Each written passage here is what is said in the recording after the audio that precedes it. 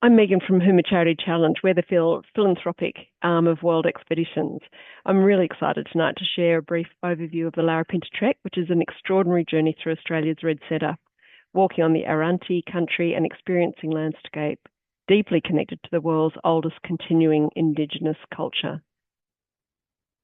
In 1995, World Expeditions guided the very first trekkers along the Larapinta Trail. It was a journey now regarded as one of the world's top 10 walks. And today we're really proud to partner with Mark Hughes Foundation to lead you across this ancient landscape in support of groundbreaking brain cancer research. Walking alongside Mark and Kiralee Hughes, not only will you gain a deeper appreciation of the importance of brain cancer research, but you'll connect with the land's Indigenous culture and trek through the stunning landscapes of the West MacDonnell Ranges and Australia's Red Centre. This is a fully inclusive trip, so everything's covered, including accommodation at our beautiful eco camps. So we'll follow the spine of the West MacDonnell Ranges. We'll spend 2 nights at Nick's Camp, 1 night at Charlie's Camp, and 2 nights at Fearless Camp, which is right under Mount Sonder. Each of these camps is named in honour of someone very dear to World Expeditions, celebrating their contribution to the Trek community and to their love of the wilderness. Nick Murcutt was the architect behind all of the 4 award-winning camps, and Nick was not only a talented designer, but also an avid trekker and a passionate lover of the wilderness. For many years, World Expeditions shared a floor with Nice and Murcutt Architects, where Nick's creativity and spirit left a lasting mark.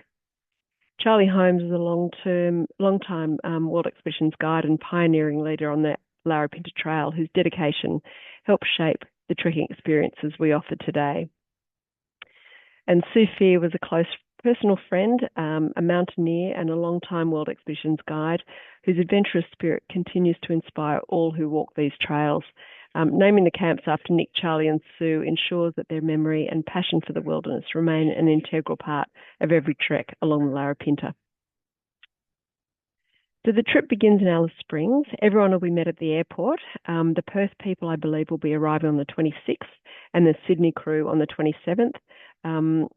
Our team will be out there to meet both flights, and they'll transfer you to the Mercure Hotel, where we have accommodation. So the guides will join you at the hotel in the early afternoon for a trip briefing in the lobby, and that'll give you time in the afternoon to wander into town, to explore Alice, or to buy some additional gear if you need to.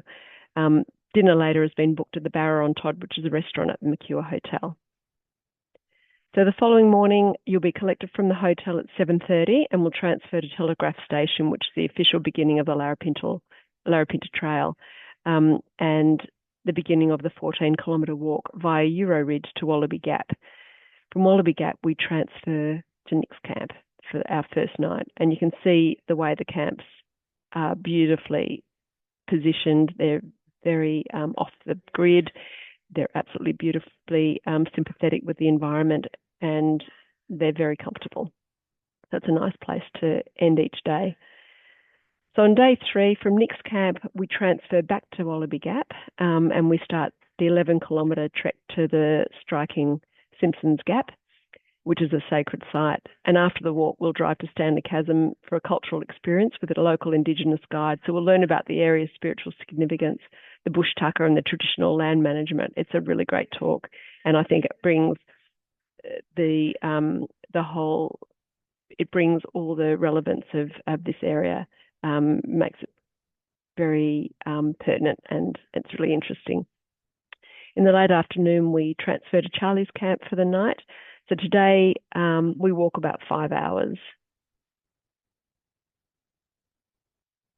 Today's highlight is the 5-kilometre walk along the ridge to Counts Point, which from there you'll get the most stunning views of Mount Zeil, which is the highest mountain in the Northern Territory, also Mount Sonder and Goss Bluff Crater.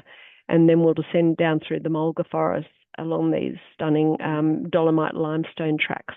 So we step off the main trail and follow a private track to Charlie's Camp. So the walking time today is between about 5.5 and 6.5 hours, with the evening free to relax around the campfire.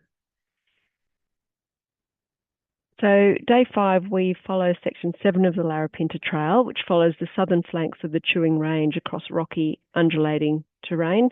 Similar to the day before, you'll pass remnants of some of the Earth's earliest life forms and traverse exposed layers of an ancient inland seabed. It's basically like walking across a fossilized ocean bed. It's amazing. Along the way, we'll visit Serpentine Chalet Dam and the dramatic Nalaga Pass with striking rock formations and ancient cycads. We'll descend to the sacred Ochre Quarry and stop for a swim at the Ellery Creek Big Hole, which is regarded as probably the most beautiful watering hole in the Northern Territory. That's pretty special. And then we transfer on to Fearless Camp, so we'll relax and prepare for the next day. Today's about 6 to 7 hours walking. So today it's an early start with a 2 a.m. wake up, and we head off on a 4-hour walk to the summit of Mount Sonder, which is at 1,380 metres to catch the sunrise. Mount Sonder is the highest point and the official end of the Larapinta Trail. The climb is rewarded with amazing dawn views over the West MacDonnell Ranges and the vast landscapes where you've walked and explored over the past 4 days. We then come down to Red Bank Gorge for a well-deserved brunch, and the afternoon's free to either relax at camp or go and have a swim in the Fink River. Today is about 7 to 8 hours walking. So our final day starts with an 8-kilometre walk through Ormiston Pound, which is another dramatic landscape, and really the perfect way to complete the Larapinta journey. This afternoon, we'll transfer back to Alice Springs, arriving at about 4 o'clock, and they'll drop you off at the hotel, and we've booked the Hanneman restaurant for your final celebratory dinner in Alice. So just a little bit about our camps. They're multi-award winning, semi-permanent eco comfort camps. So apart from the stunning walk itself, these camps are a highlight. Nick Murcutt chose the building materials, colours and style to blend with the surrounding environment very aesthetically. It's a lovely place to be. They're built as semi-permanent campsite structures. So at the end of each season, they're dismantled to allow the land to recover during the off-season. Every camp has a massive bonfire area, so we sit around each night relaxing while the cooks are preparing the meal. It's a really lovely time to just chill out at the end of the day, chat, if you want to have a glass of red wine or whatever. It's just a beautiful way to, it's very exclusive where we are, as I said, off the track. You're miles away from anywhere and you're just under the starry skies, and it's a very special place. The camps are really beautiful. The tents are big safari-style tents, very spacious. Everybody's entitled to their own tent, so you can share, of course, if you want to. Otherwise, you can just have your own tent. A lot of people will, like, we provide the stretcher beds, swags, pillows, pillowcases, sheets, all that's all provided. You will need to bring your own sleeping bag, but we do have some for hire if you don't have one. Just let us know if you need one. A lot of people will pull their swags out onto that little deck and just sleep under the stars. So it's completely up to you. The camp itself, there's a big communal lounge area and a dining area. There's a big stainless steel kitchen. It's, everything's beautifully clean and well looked after. And there's phone charging facilities. There's solar lighting systems throughout the camp. Outdoor chairs, super comfortable. The camp shower facilities are eco-designed for minimum impact to protect, this quite fragile environment. They're very well designed, again, by Nick Murcutt and his crew. They've done a great job out here. We provide biodegradable shampoo, conditioner and body wash to use, so there's no need to bring any of that from home. It's all there. We have water-free toilets, washing basin and a mirror, and a hybrid grey water disposal system designed for the environment. Another highlight of the trek are the meals, which are always nutritious, delicious and plentiful. The guides are extraordinary cooks and can cater to all diets. So long as we have some notice, everybody will be very well catered for and looked after. The vehicles are comfortable, air-conditioned and purpose-built. And of course, our expert guides are leaders in the field. They bring a huge amount of knowledge and experience and lots of personality. On this trek, you'll have 2 to 3 highly trained guides. They're all qualified in wilderness first aid, and they all carry satellite phones for emergencies. So apart from being great cooks, they have a deep knowledge of Indigenous culture and local flora and fauna. So you can be guaranteed that you will have a very safe, very rich, and very memorable experience with this crew. Apart from fitness preparation, appropriate gear is absolutely fundamental. Our pre-departure information kit details suggested gear items, so just follow that list and don't hesitate to give us a call if you need any extra advice. The gear shops like Macpac, Paddy Palin, Patagonia, they all stock the appropriate trekking gear. The staff are all very experienced hikers, so it's a great resource. The layering system is ideal for the Larapinta trek. So in late August, you can expect dry, sunny conditions with comfortable daytime temperatures between 20 and 25 degrees, really great trekking weather. Nighttime can drop to 5 to 10 degrees. So, but you should be prepared for some cold nights. And certainly it's a cold trip up to Mount Sonder generally. So you'll need a good insulated sleeping bag, beanie, gloves, thermal underwear, puffer jacket. And as I say, the puffer jacket mainly for the evenings and then the Mount Sonder summit day. For trekking, wear breathable layers, a good sun protective base layer like a good wicking, a breathable t-shirt, long sleeve shirt for sun protection. Wear a light fleece as a mid layer, and you'll need a good Gore-Tex rain jacket for your outer shell. So rain, even though rain's kind of unlikely at this time of the year, the Gore-Tex is really great for wind protection, particularly on some of the exposed ridge lines that you'll be walking on, and of course when you're summiting Sonder.